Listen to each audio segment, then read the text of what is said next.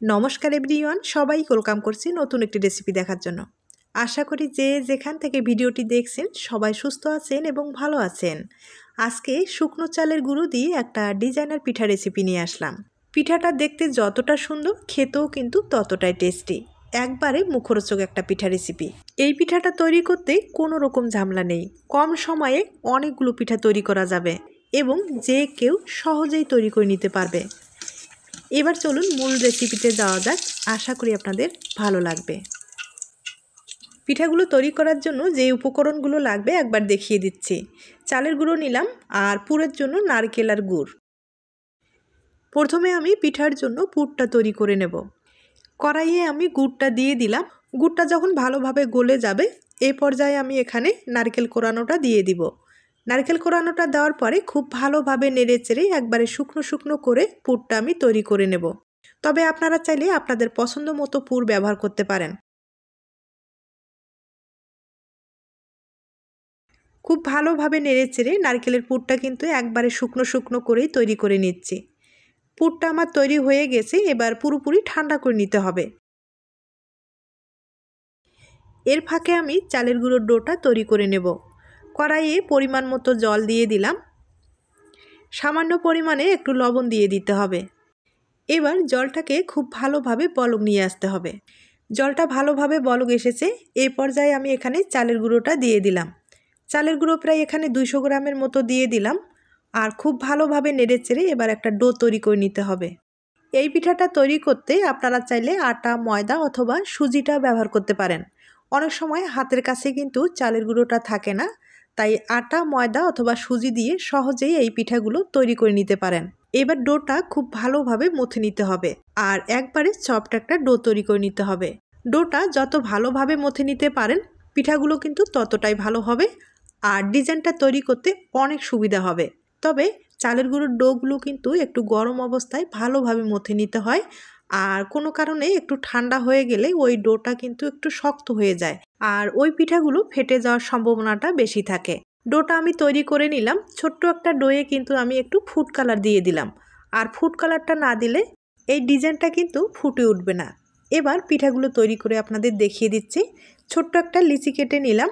বেলে নিতে হবে, তবে মোটা করেই বেলে নিতে হবে। আর যেটা ফুড কালার দিলাম, ছোট্ট একটা লিচি কেটে নিলাম। পরিমাণে কিন্তু একবারে কম করে দিতে হবে আর এই লিচিটা একবারে কিন্তু ছোট করে বেলে নিতে হবে। তবে এই পিঠা তৈরি করতে গেলে চালের গুঁড়োর যে ডোটা আছে একটু কিন্তু নরম রাখতে হবে, শক্ত করা যাবে না, তাহলে এই ডিজাইনটা তৈরি করতে একটু সুবিধা হবে। আমি কিন্তু ফুড কালারের যে লিচিটা সেটা কিন্তু উপরে দিয়ে দিলাম আর যেটা সাদা সেটা কিন্তু নিচে রেখে দিলাম। এবার পুর দিয়ে দিতে হবে। পুরের পরিমাণটা একটু বেশি করে দিলে পিঠাটা খেতে ভালো লাগবে। এবার চারিপাশে একটু মুড়িয়ে পিঠাটাকে ভালোভাবে জোড়া লাগিয়ে দিতে হবে।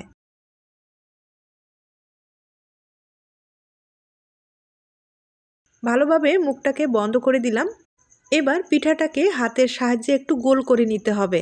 গোল করার পরে এবার কিন্তু লম্বা করে একটু তৈরি করে নিতে হবে। আর আমি কিন্তু লম্বা করে তৈরি করে নিলাম। লম্বা করার পরে পিঠাটাকে হালকাভাবে উপরটা একটু চিকন করে তৈরি করে নিতে হবে। তাহলে এই পিঠার যে ডিজাইনটা আছে মানে ফুলটা পুরোপুরি ফুটে উঠবে।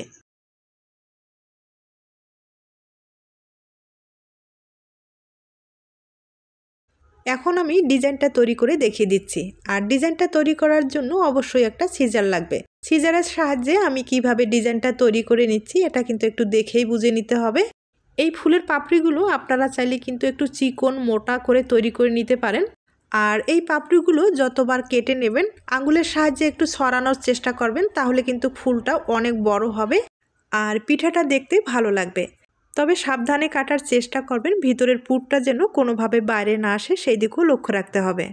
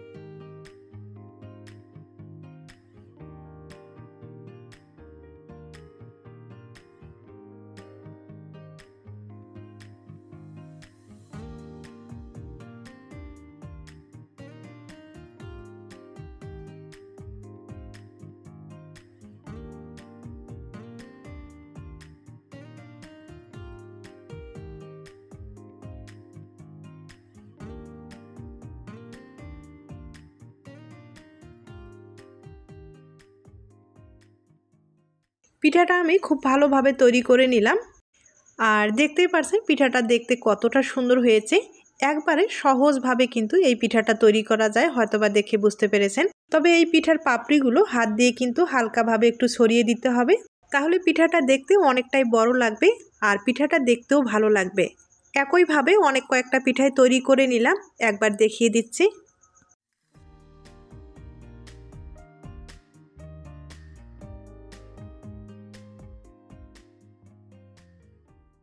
এবার আমি কয়েকটা পিঠা আপনাদের ভেজে দেখিয়ে দিচ্ছি। আর এই পিঠাগুলো হালকা আছে, একবারে মুচমুচে করে ভেজে নিতে হবে, তাহলে পিঠাটা খেতে ভালো লাগবে। তবে আপনারা চাইলে এই পিঠাটা কিন্তু ভাপিয়েও খেতে পারেন, আর ভাপিয়েও খেতেও ভালো লাগবে। আমি উপর থেকে হালকা করে একটু তেল দিয়ে দিচ্ছি, তাহলে পিঠাটা কিন্তু সব দিকে সমানভাবে ভাজানো হবে।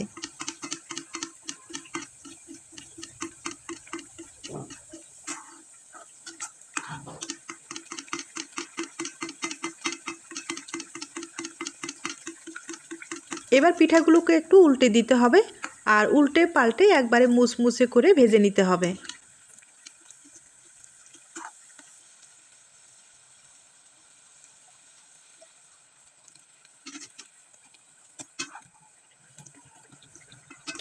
পিঠাগুলো একটু সময় নিয়ে ভালোভাবে ভেজে নিলাম, আর ভিতরটাও কিন্তু একবারে মুচমুচে হয়েছে।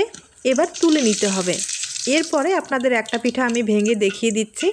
তার আগে ছোট্ট একটা রিকোয়েস্ট থাকবে, পিঠার এই রেসিপিটি আপনাদের কাছে যদি ভালো লেগে থাকে বা আপনার কোনো উপকারে আসতে পারে, তাহলে একটা লাইক দিতে পারেন। আর পিঠা ভাজানোটা দেখতেই পারছেন কতটা সুন্দর হয়েছে, একটা পাপড়িও কিন্তু ভেঙে যায়নি, আর পিঠাটা দেখতেও কিন্তু ভীষণ সুন্দর হয়েছে। এবার আপনাদের ভেঙে দেখিয়ে দিচ্ছি।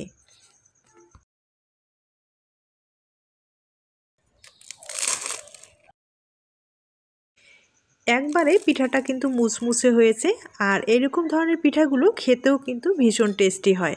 তাহলে আজ এ পর্যন্ত, নতুন কোনো রেসিপির সাথে আবার দেখা হবে। নতুন রেসিপির জন্য সবাইকে আমন্ত্রণ রইল। সবাই ভালো থাকবেন, সুস্থ থাকবেন এবং নিরাপদে থাকবেন। নমস্কার।